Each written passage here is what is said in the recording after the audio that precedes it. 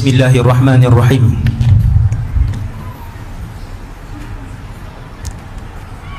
Alhamdulillahi rabbil alamin.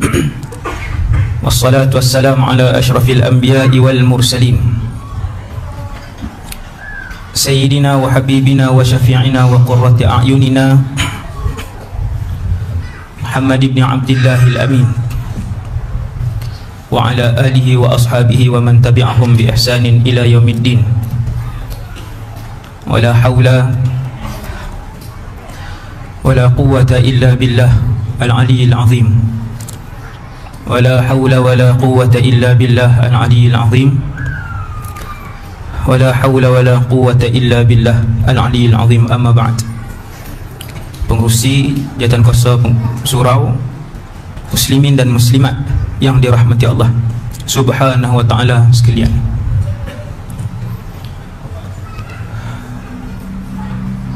Allah sebut di dalam Al-Quran, dalam surah Al-Waqi'ah, satu ayat,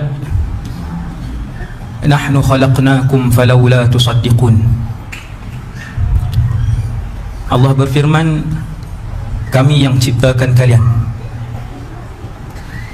Nahnu itu Allah. Falawla tusaddiqun, walaupun kamu semua tidak mempercayainya. Subhanallah. Ayat tu ayat yang berat dan besar. Saya dan kita semua dah berada dalam surau dan berada di atas muka bumi Allah hari ni. Ni surau yang tuan-tuan tengok ni. Surau ni Kuala Lumpur, Semenanjung Malaysia, Asia, bumi dan seluruh alam ni akan berakhir.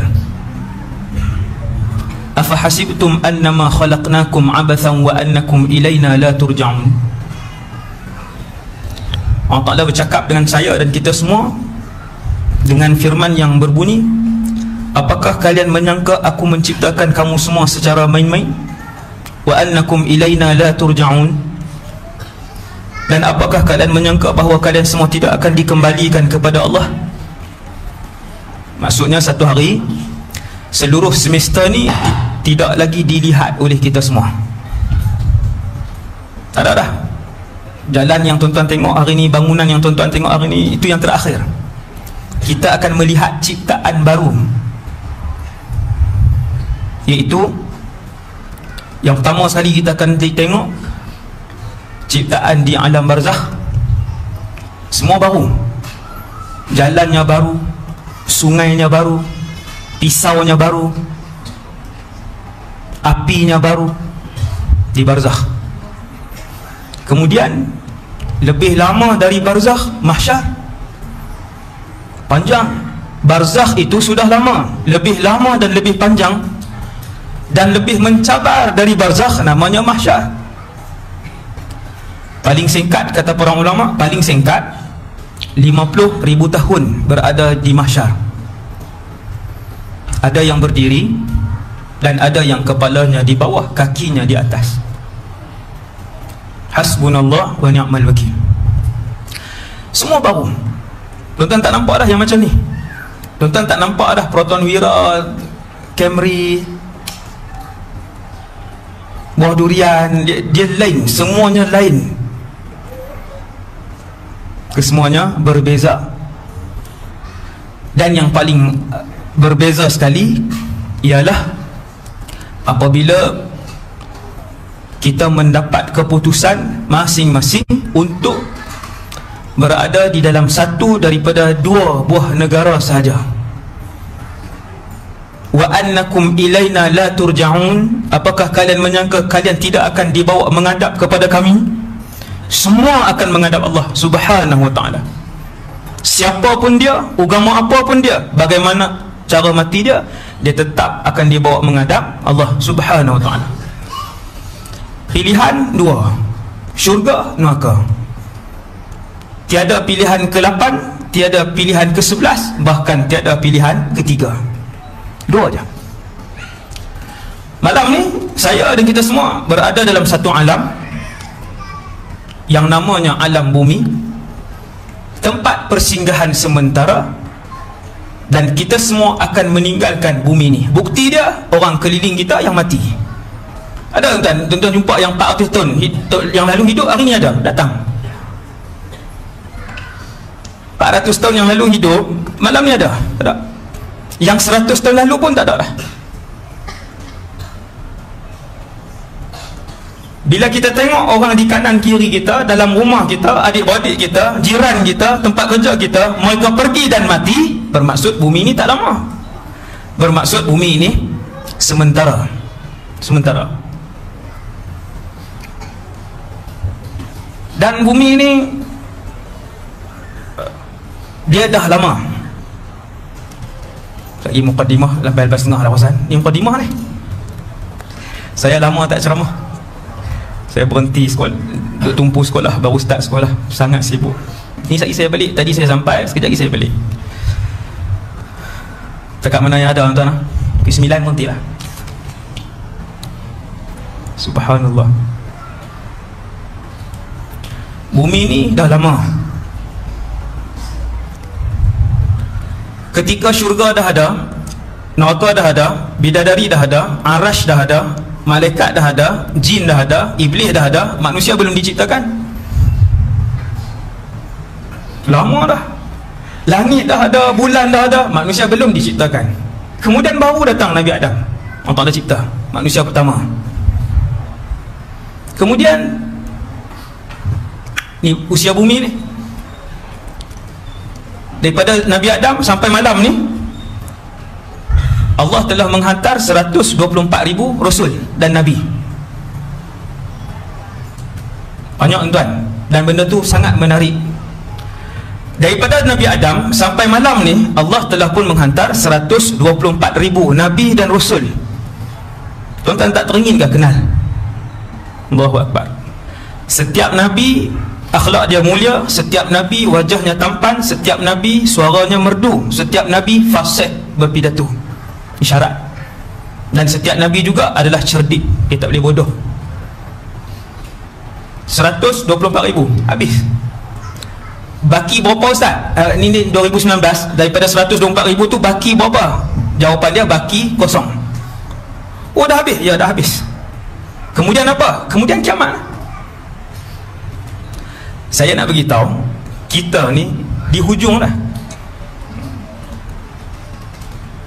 Kalau alam ini penciptaannya di sini, malam ni di sini, maka kiamat selepas ni. Dia tak ada jarak dah. Dia sudah tak ada jarak. Kita umat terakhir ini, umat hujung kepada yang paling akhir ini, sedang menyaksikan alam ini menghembuskan nafas yang terakhir. Sebab tu musim dia tak menentu. Kemudian kita sedang mengira tanda-tanda kecil kiamat. Satu-satu. Tapi kena belajar, tak? Belajar baru nampak.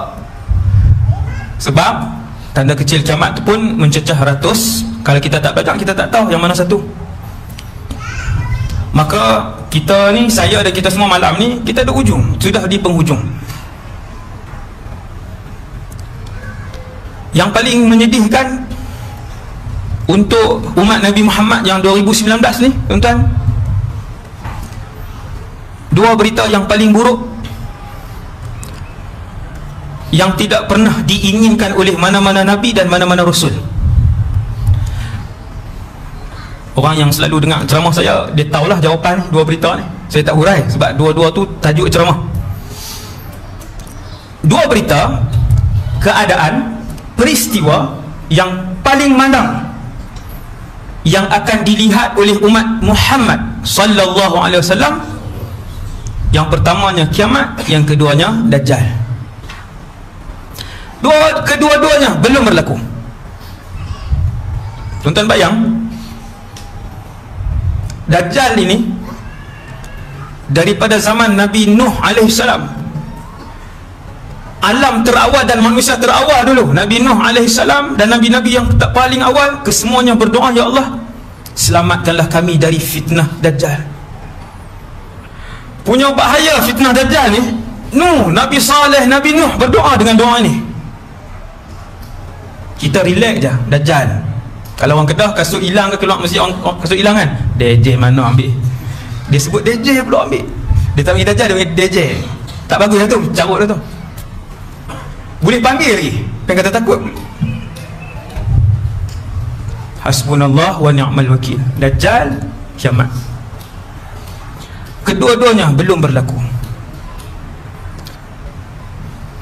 Kita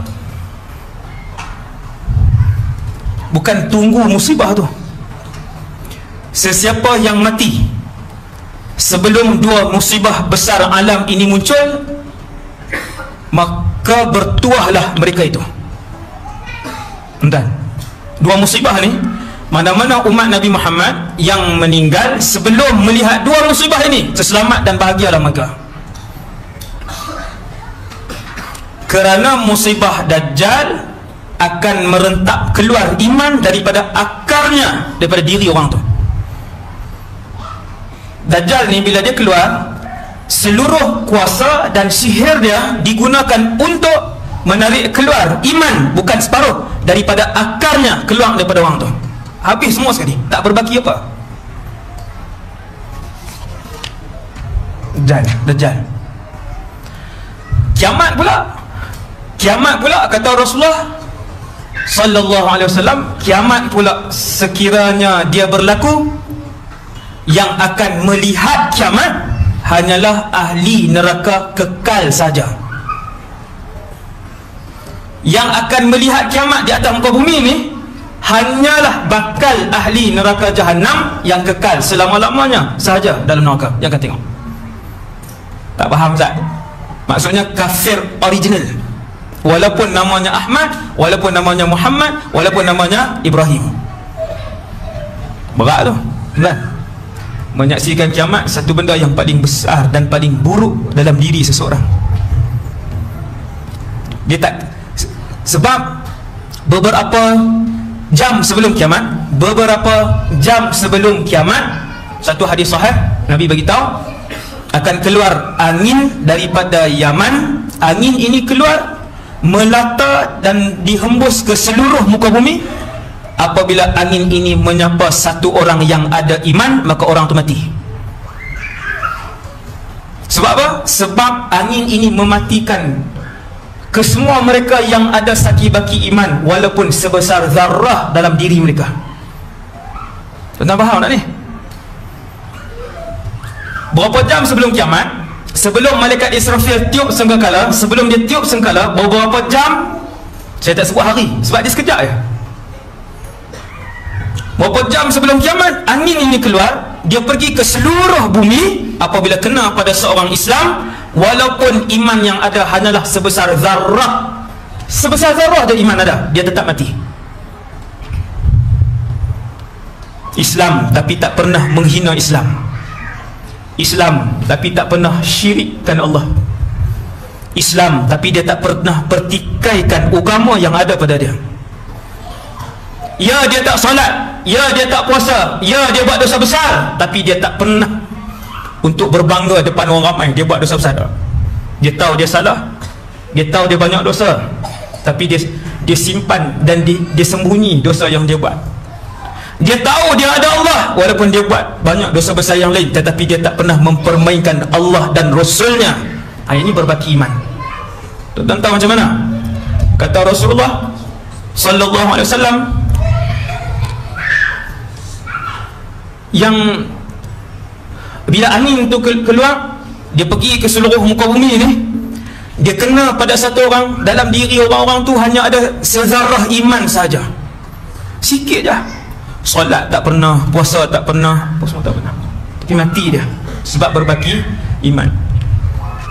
Sehingga dia ni bila sebut Allah, dia kata ya, kami beriman dengan Allah sebab kami pernah mendengar nenek moyang kami menyebut Allah, dan kami pun tak tahu siapa Allah.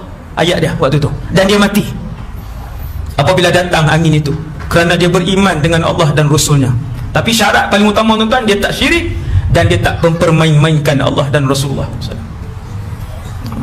Baru kekal iman yang ada dalam hati dia, dalam diri dia. Satu hari tabi'in, orang-orang tabi'in lah, Nabi wafat dah. Nabi wafat, Sayyidina Abu Bakar wafat, Sayyidina Umar dah wafat, tinggal sahabat. Sahabat-sahabat pula berdakwah, mengajar Islam kepada kumpulan yang seterusnya, iaitu tabi'in. Mereka yang hidup dengan sahabat dan tak pernah melihat Rasulullah. Ada satu orang pemimpin Islam tetapi sangat zalim, namanya Hajjaj ibn Yusuf al-Thaqafi. Dia bunuh ramai alim ulama, termasuk salah seorang ulama kanan di kalangan tabi'in, bukan ulama biasa-biasa, ulama kanan tabi'in yang bernama Sa'id ibn Jubair radhiyallahu anhu. Dia bunuh, dan ramai lagi yang lain. Dia juga pernah panggil Hajjaj ni Islam lah ni, dilantik, bukan dia naik ni cara dilantik secara ni lah, dilantik secara demokrasi ni lah, bukannya dia naik bunuh orang lain, tak, dilantik.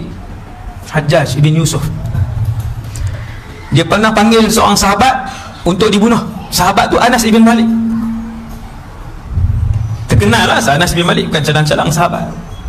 Dia panggil nak bunuh, tapi bila masuk dalam istana dia,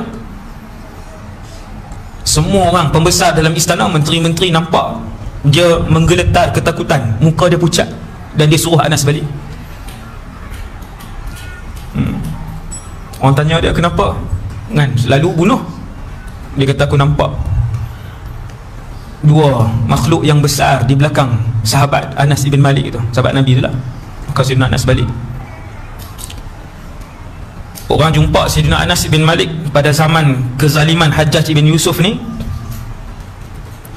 Kemudian orang mengadu, sebab sahabat-sahabat lain dah wafat. Sayyidina Anas ni Nabi wafat umur dia baru 18, tapi alim lah, ulama di kalangan sahabat, umur 18 dan ulama.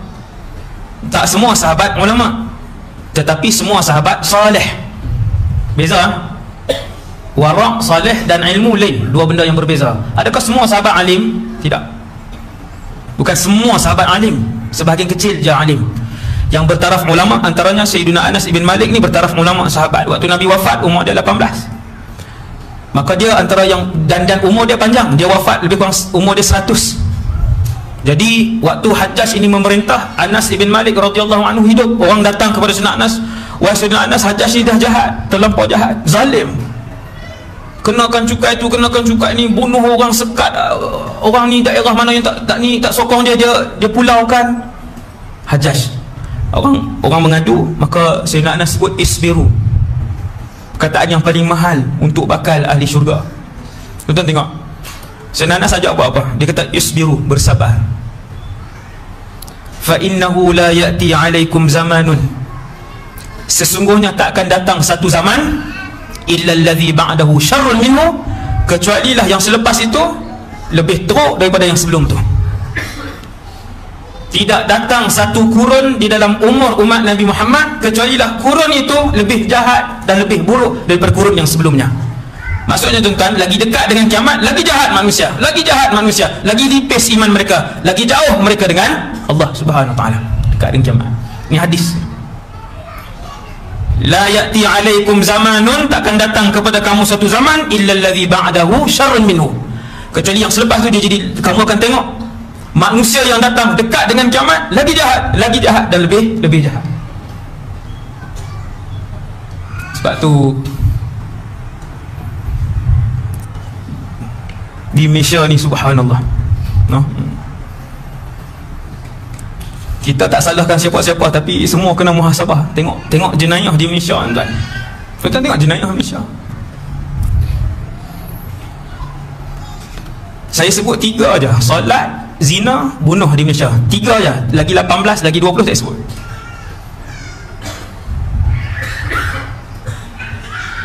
Tiga ni tak payah cakap judi, arak, riba, tak payah cakap 3 ni je. Orang kita dah 5 bintang di Malaysia ni, 3 jenayah ni 5 bintang. Solat 80% tak solat di Malaysia ni. Siapa cikgu sekolah menengah boleh tanya murid dia. Saya cikgu, Saya berhenti lah, guru kementerian juga kan, 8 tahun. Kemudian sekarang saya buka sekolah sendiri. Mahal lah. Solat, tuan-tuan, kalau 80% tak solat, harapan apa yang tuan-tuan nantikan untuk generasi akan datang ni? Baru solat, baru bahas solat. Zina, statistik Jabatan Pendaftaran Negara, Google pun boleh, faktanya ada, bukannya tepi jalan. 10 minit seorang anak luar nikah. Tak hebat ke? Bukan 10 minit seorang berzina, kan? 10 minit seorang anak luar nikah dilahir dan didaftarkan. Belum yang dalam tong sampah, belum yang depan masjid, belum yang dalam sungai, belum yang dalam hutan, belum yang bawah jambatan. Tak masuk. Berapa bintang tu? 10 minit seorang. Ni kita dah setengah jam, sudah 3 orang dilahirkan dan didaftarkan. Tak termasuk yang tidak didaftarkan. Hasbunallah wa ni'mal wakil. Dan angka ini meningkat. 2017 saya ingat lagi, 17 minit seorang. Sebab saya berceramah dalam TV, dalam radio, saya ambil fakta, saya tak ambil tepi-tepi jalan. Saya tengok, saya buka laman web, saya tengok jabatan ni, sini saya tengok, baru saya cakap. Subhanallah. Bunuh di Malaysia, bunuh macam mana bunuh? Tuan-tuan tak tengok statistik di Malaysia bunuh? Tu belum lagi mencuri kereta yang tertinggi di Asia, ataupun saya tak ingat di Asia atau di dunia. Curi kereta di Asia nombor 1 Malaysia. Tak payah curi, tak payah bahagilah ni, tengok nak bunuh. Saya nak ajak bangsa saya yang seagama dengan saya ni melihat kedudukan kita dan apa persiapan, sejauh mana kita perlu serius untuk jaga iman kita dan ahli keluarga kita. Biasa-biasa ke serius? Getir. Sebab tu bunuh, tuan-tuan boleh tengok bunuh. Berapa hari lepas bapak tiri bunuh anak dia. Hak tiri lah, bukan anak hak isteri. Umur berapa anak tu? 18, 22, umur 5 tahun. Pijak, dia pijak. Gamuk tuan, pijak. Bila dia pijak tu, budak tu tengok senyum kah? Sakit dan menangis dan tak boleh bernafas. Pijak sampai mati. Bulan lepas, pasangan suami isteri ambil satu budak perempuan, kanak-kanak wanita, umur 3 tahun, bunuh baling dari hutan di Langkawi, yang gunung tuan-tuan naik ke Belka tu. Subhanallah. Bunuh di Malaysia. Berapa bulan yang lepas, babysitter, budak kecil, bayi, dia bunuh bola MTS. Illa alladhi ba'dahu syarrun minhu hatta talqaw rabbakum, kata Sayyidina Anas. Isbiru, sabar wahai umat Muhammad sallallahu alaihi wasallam. Kejahatan dan maksiat yang kalian tengok ini tidak akan kurang dan akan bertambah selama mana bertambah umur umat ini. Dia bukan kita kata nanti kurang lah tu.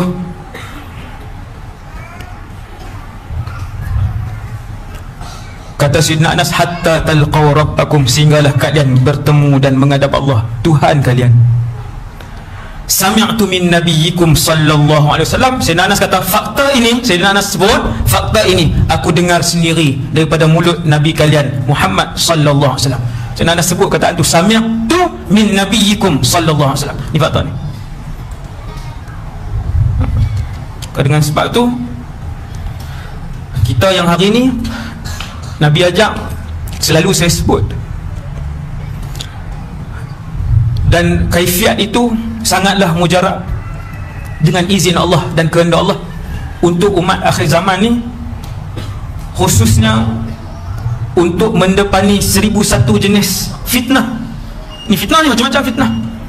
Pekerjaan jadi fitnah, wanita jadi fitnah, harta jadi fitnah, handphone jadi fitnah, TV jadi fitnah, semua fitnah.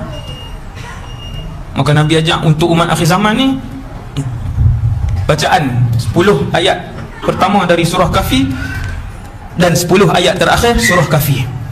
Ni sebelum saya lupa ni, tuan-tuan ajaklah ahli keluarga pakat buat. Tiap-tiap kali sebelum mula kuliah, didesak, saya mendapat desakan, bukan orang, dalam hati, untuk baca surah Kahfi. Kan? Baca. Tak tahu, saya pun tak tahu. Desakan, baca bagi umat Nabi Muhammad, pakat buat. Dan dia sangat mujarab, kerana surah Kahfi, tuan-tuan, daripada 114 surah yang diturunkan oleh Allah, surah Kahfi ini diturunkan khas oleh Allah untuk menjadi perisai ampuh kepada umat Nabi Muhammad daripada diserang segala jenis fitnah, dan juga fitnah yang paling besar, iaitu fitnah Dajjal. Tapi kena amal dua-dua tempat, dia baru kuat. Dia kalau tuan-tuan amal 10 ayat pertama je, dia jadi macam tak cukup. Benteng tu jadi macam separuh benteng, tapi dia separuh. Tuan-tuan gabung dengan 10 terakhir, dia jadi lengkap ke belakang, insya-Allah. Ayat 1 hingga ayat 10, ayat 101 hingga ayat 110. Duduk dengan ahli keluarga dalam rumah, pasang. Tuan-tuan buka lah, YouTube ada dibaca oleh ramai orang, 1 hingga 10 dan 101 hingga 110. Allah SWT jaga, insya-Allah, dari segala fitnah yang pelbagai. Kemudian Nabi sebut, kita tuan, kita ni meja ni, panjang meja ni Rasulullah hidup zaman ni. Kemudian yang ni zaman kita. Kiamat akan berlaku zaman ni. Tanda nak tahu kiamat bila, Rasulullah pun tak tahu, Jibril pun tak tahu, tak ada jawapan. Jelas Nabi jawab jelas. Ketika Jibril datang tanya, wahai Muhammad, mata sa'ah, kiamat ni bila? Nabi kata, mal mas'ulu anha bi'a'lama minas sa'il. Nabi jawab kepada Jibril, yang ketika itu sedang berupa dan menjelma dengan rupa manusia, dan dihadiri oleh sahabat-sahabat, antaranya Sayyidina Umar. Nabi jawab kepada Jibril, orang yang bertanya pun tak tahu, orang yang ditanya pun tak tahu jawapan tu. Siapa tuan-tuan? Ketua segala Nabi dan Rasul tak tahu bila kiamat, ketua segala malaikat tidak tahu bila kiamat. Tadi tuan-tuan kata, ada Tok Wali tahu Ustaz? Lah, ni kita sebut ni, ketua Nabi dan Rasul, ketua para malaikat. Mal mas'ulu anha bi'alama minas sa'il. Nabi kata, engkau pun tak tahu, aku pun tak tahu bila kiamat.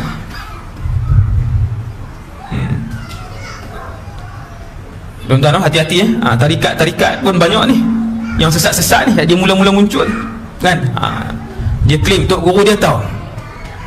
Nabi, hati-hati, sangat banyak. Tu tajuk khas tu, no? Tu tajuk khusus tu. Kalau tajuk kumpulan-kumpulan sesat tu, yang sangat banyak tuan. Saya pun bukan pernah menyertai. Saya kata menyertai, kata patutlah, kata bukan menyertai, pernah menyiasat lah beberapa secara serius. Memang dahsyat. Nabi tak tahu, Jibril tak tahu. Maka Jibril tanya, wahai Muhammad, akhbirni an amaratiha. Wahai Muhammad, boleh tak bagi tahu tanda? Maksudnya kalau berlaku tanda itu, peristiwa itu, suasana itu, kiamat dekat. Maka Nabi pun senaraikan beberapa tanda.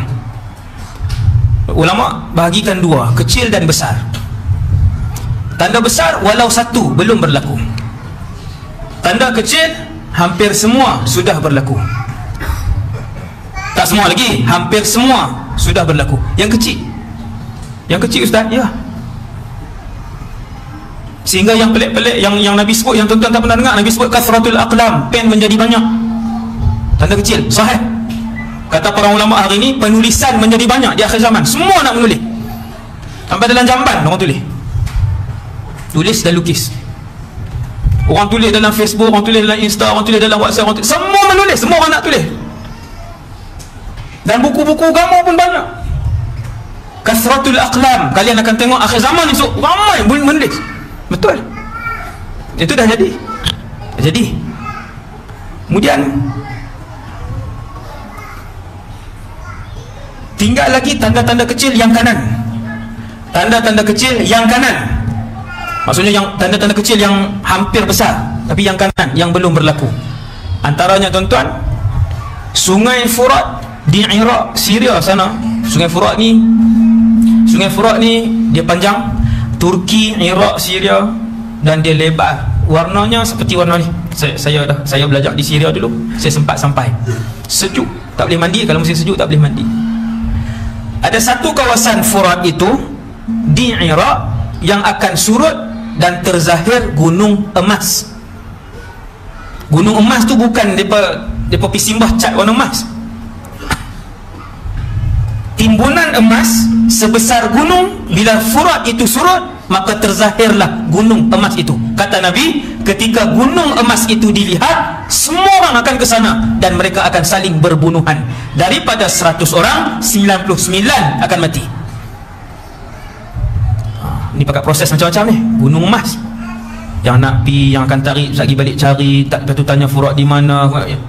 Tuan-tuan, kita dah dengar 100 orang, 99 akan mati berbunuhan. Nak pergi ke tidak orang beriman? Tak pergilah. Tapi dia gunung, bukan seketul ni tuan. Emas kalau besar ni pun dah sekilo lah. Ni kalau besar meja ni berapa juta ni. Kalau besar surau ni kecil lah ni, besar gunung. Yang tu antara tanda kecil yang kanan. Kemuncak tanda kecil yang paling kanan. Ketika tanda kecil itu berlaku, maka muncullah tanda besar yang pertama, namanya Dajjal. Kita kata botol ayak ni Ahmad Dajjal lah. Kesian dia duk tang ni lah, ni zaman ni.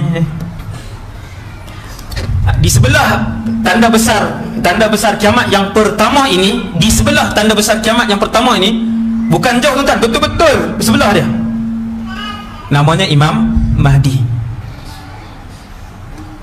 Tanda kecil kiamat yang paling kanan, namanya Imam Mahdi.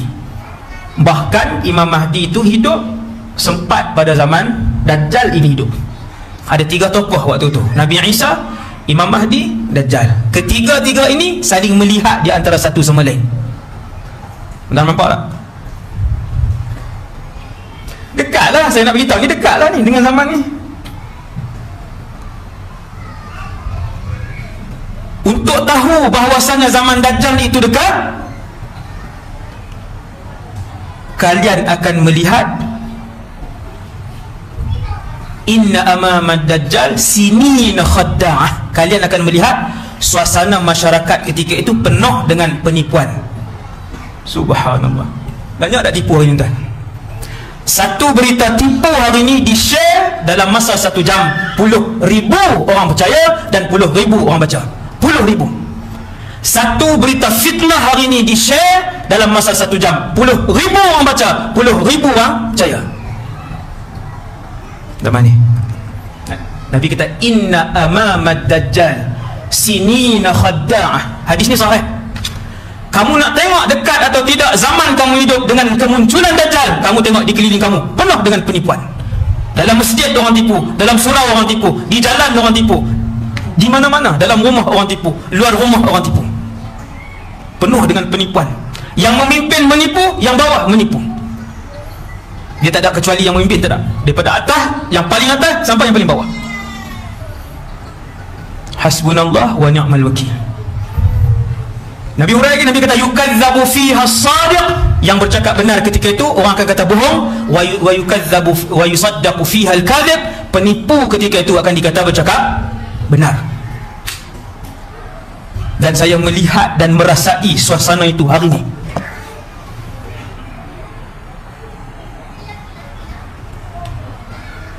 Hasbunallah wa ni'mal wakil. Ada satu pusat pengajian,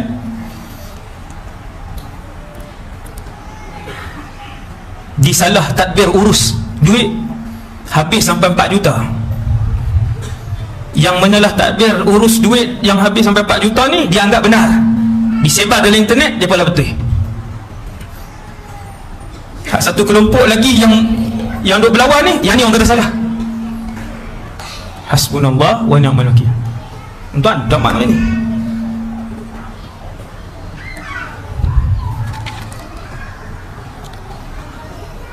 Kemudian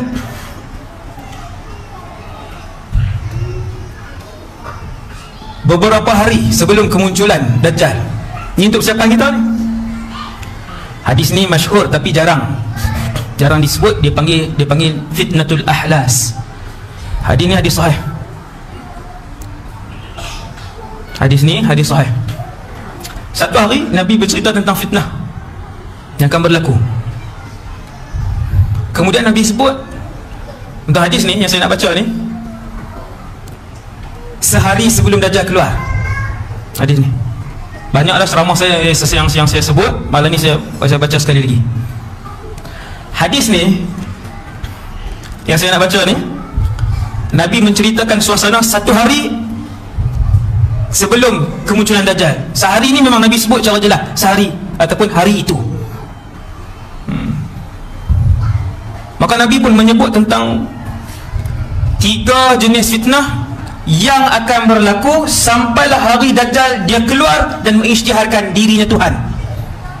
Hari yang dia isytihar tu, sebelum hari dia isytihar berlaku 3 gelombang fitnah.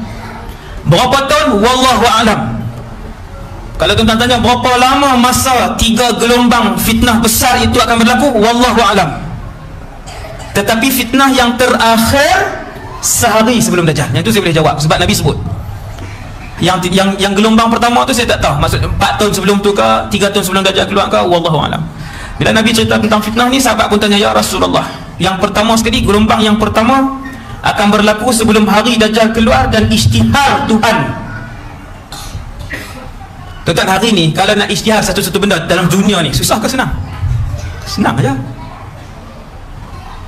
Hari ni dunia tanpa sempadan ni, dalam YouTube, Facebook, Insta, WhatsApp ni, hari ni berapa jam untuk diisytiharkan satu benda?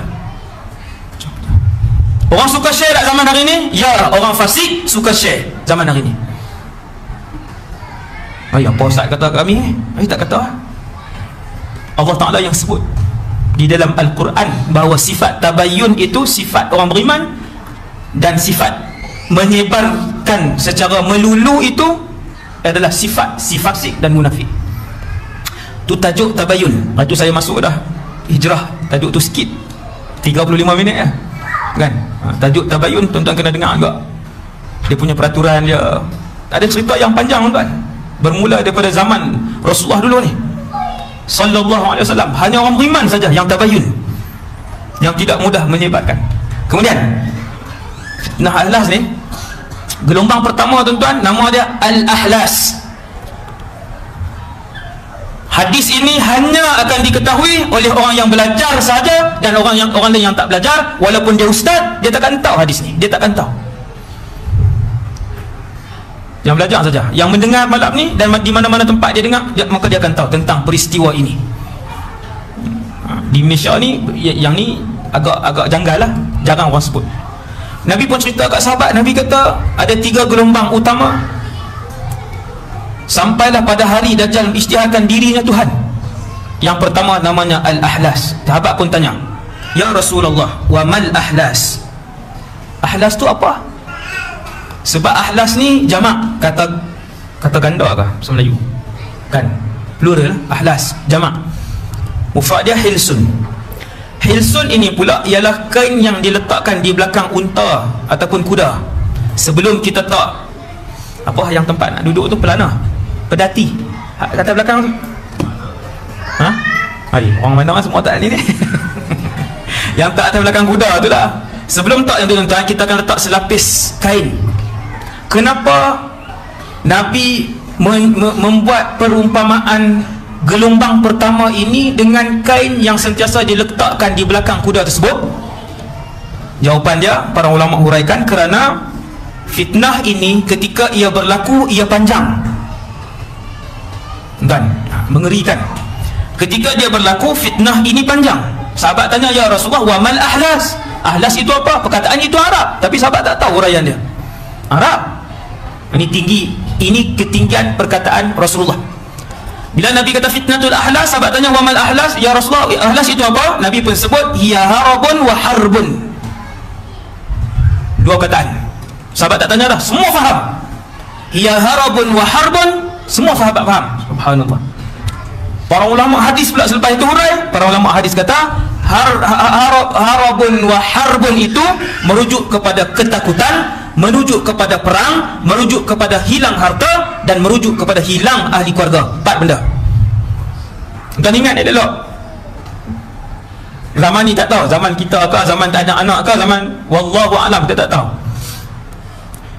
Bila Nabi sebut harabun wa harbun, merujuk kepada suasana yang takut. Sebab apa takut tuan? Perang. Perang yang dahsyat. Bila perang yang dahsyat, apa yang berlaku? Kemusnahan harta benda, satu. Yang kedua, kehilangan nyawa. Memang pun. Cuba tengok perang dunia pertama dan kedua. Bukan mati 80,000 tuan. Ratusan juta. Tuan, perang dunia kedua yang mati ratusan juta. Ratusan juta kalau Malaysia ni daripada Perlis sampai ke Sabah Sarawak. Habis 35 juta. Perang dunia kedua.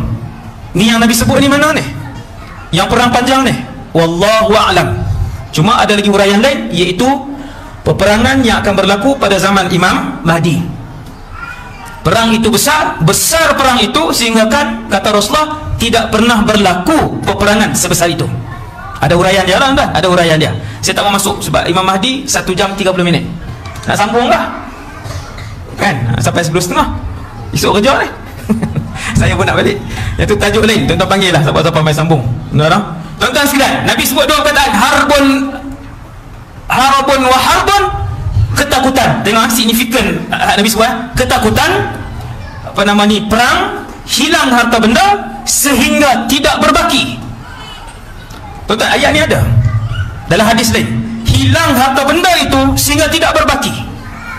Mini ahlas sudah berlaku. Mini ahlas mana? Perang di Yaman, perang di Libya, perang di Sudan, perang di Nigeria, perang di Iraq. Paling yang paling lama antaranya, yang paling meragut nyawa dan harta benda, perang di Syria. Tak berbaki kan? Tidak berbaki. Sehingga tidak berbaki ketika itu dalam satu keluarga sedikit pun harta mereka. Bukan kata ada simpanan lagi 6,000, betul adalah cincin 2-3 bentuk tak? Dan ketika kata Nabi juga zahabul ahli, ketika ahlas ini berlaku. Ini gelombang pertama kan? Gelombang pertama ni ketika dia berlaku juga akan kehilangan ahli keluarga yang ramai. Tak mati semua orang. Kalau dia ceramah kata mati semua orang, mengarut sangat. Kan lepas tu zaman Imam Nabi Isa, kehilangan ahli keluarga. Habis gelombang pertama. Tuan-tuan, hadis ni habislah ceramah ni. Tak payah risaulah. Tengok jam nak kali tu. Saya uraian hadis ni betul habis. Gelombang pertama macam tu. Adakah saya dan kita menyaksikan? Wallahu a'lam. Kalau kita saksikan, kita dah tahu dia punya perjalanan dia. Kita boleh buat persiapan.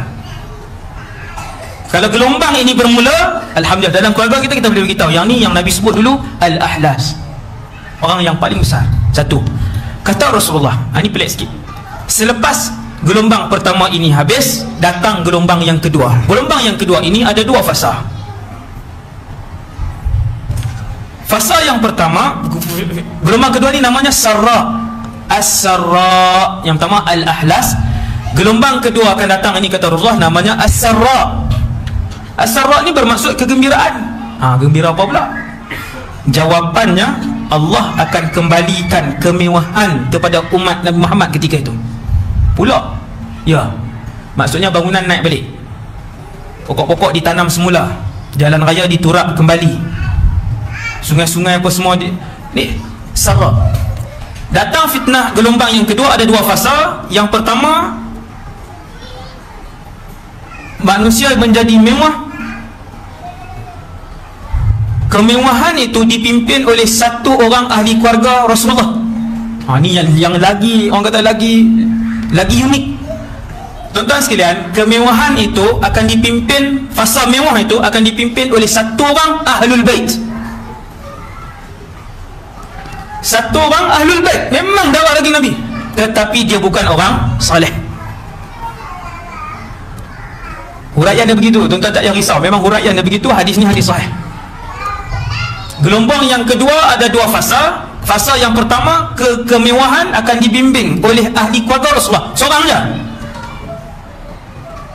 dia memang darah daging Nabi, tetapi dia tidak mengikuti manhaj yang diajar oleh Rasulullah. Tak, dia peksong. Lepas dia bimbing orang apa semua, bukan bimbing ke arah jalan baik, bimbing ke arah jauh daripada Allah, tetapi kemewahan, mewah. Gelombang yang kedua ni, fasa yang kedua, dalam gelombang yang kedua ialah keluar pula satu orang di kalangan umat Nabi Muhammad, Islam ke kafir wallahu alam, keluar satu orang yang lemah akal dia, yang lemah kepimpinan dia, tapi dilantik menjadi pemimpin. Kawarkin ala dhila', Nabi sebut perumpamaan tu, metafora Nabi sebut tu. Satu tulang yang besar disangkut pada tulang yang kecil. Orang angkat orang bodoh ni, yang lemah ini, angkat dia jadi pemimpin tertinggi. Mereka semua setuju pula tu. Kawarkin ala dhila', Nabi sebut. Kemudian selesai gelombang yang kedua. Kata Rasulullah, kemudian datanglah gelombang yang ketiga yang paling mencabar. Gelombang ini namanya Duhaima, gelombang fitnah kegelapan. Tuan-tuan sekalian, ketika fitnah Duhaima ini datang, umat Nabi Muhammad keseluruhannya berada dalam kegelapan. Bukan gelap malam, tuan-tuan, gelap sehingga kan mereka susah untuk melakukan ibadah kepada Allah. Siapapun mereka, wali kah, tak wali kah, ulama kah, tak ulama kah, illa laqamathu laqmah. Ini dahsyat ni fitnah ni. Tuan-tuan tahu lepas fitnah ketiga ni apa? Dajjal lah. Ketika datang fitnah yang ketiga, gelombang yang ketiga, badiru bil a'mal fitanan ka qita'il lailil muzlim.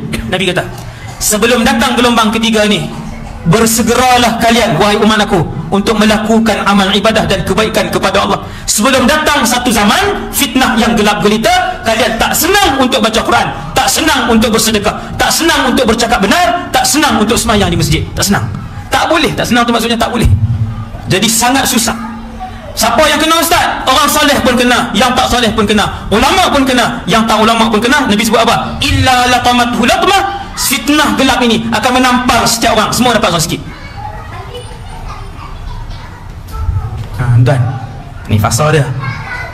Yusbihur rajulu mu'minan wa yumsi kafiran. Ini yang tuan-tuan dengar selalu ni. Pagi itu dia mukmin, petang itu dia sudah murtad.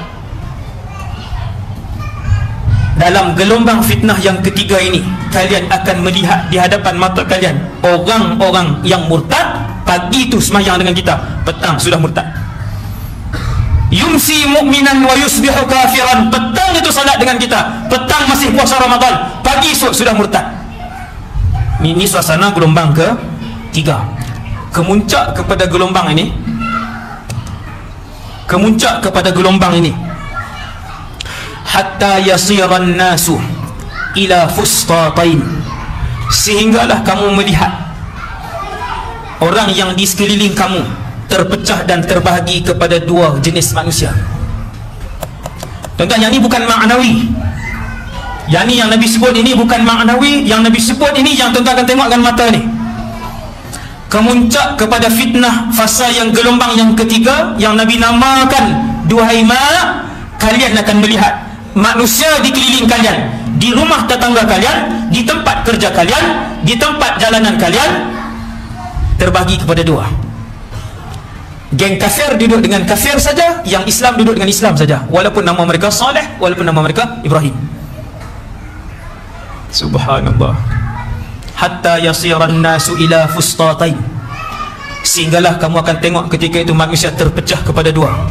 Lama ke terpecah kepada dua ni? Sekejap.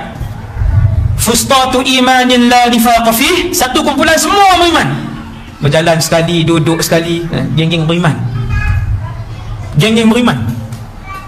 Dan setiap dua kumpulan itu boleh membezakan di antara satu sama lain. Yang ni boleh beza ini geng ni, yang ni boleh beza yang ni geng sana. Wa fustatu nifaqin la imana fi, satu grup pergi grup kafir, grup munafik, grup fasik sekali ya.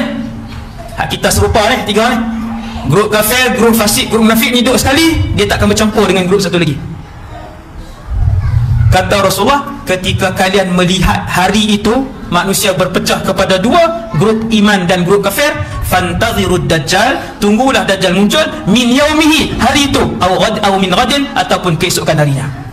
Sekejap kan dah, hari itu ataupun Esok tu terus keluar dan muncul Dajjal.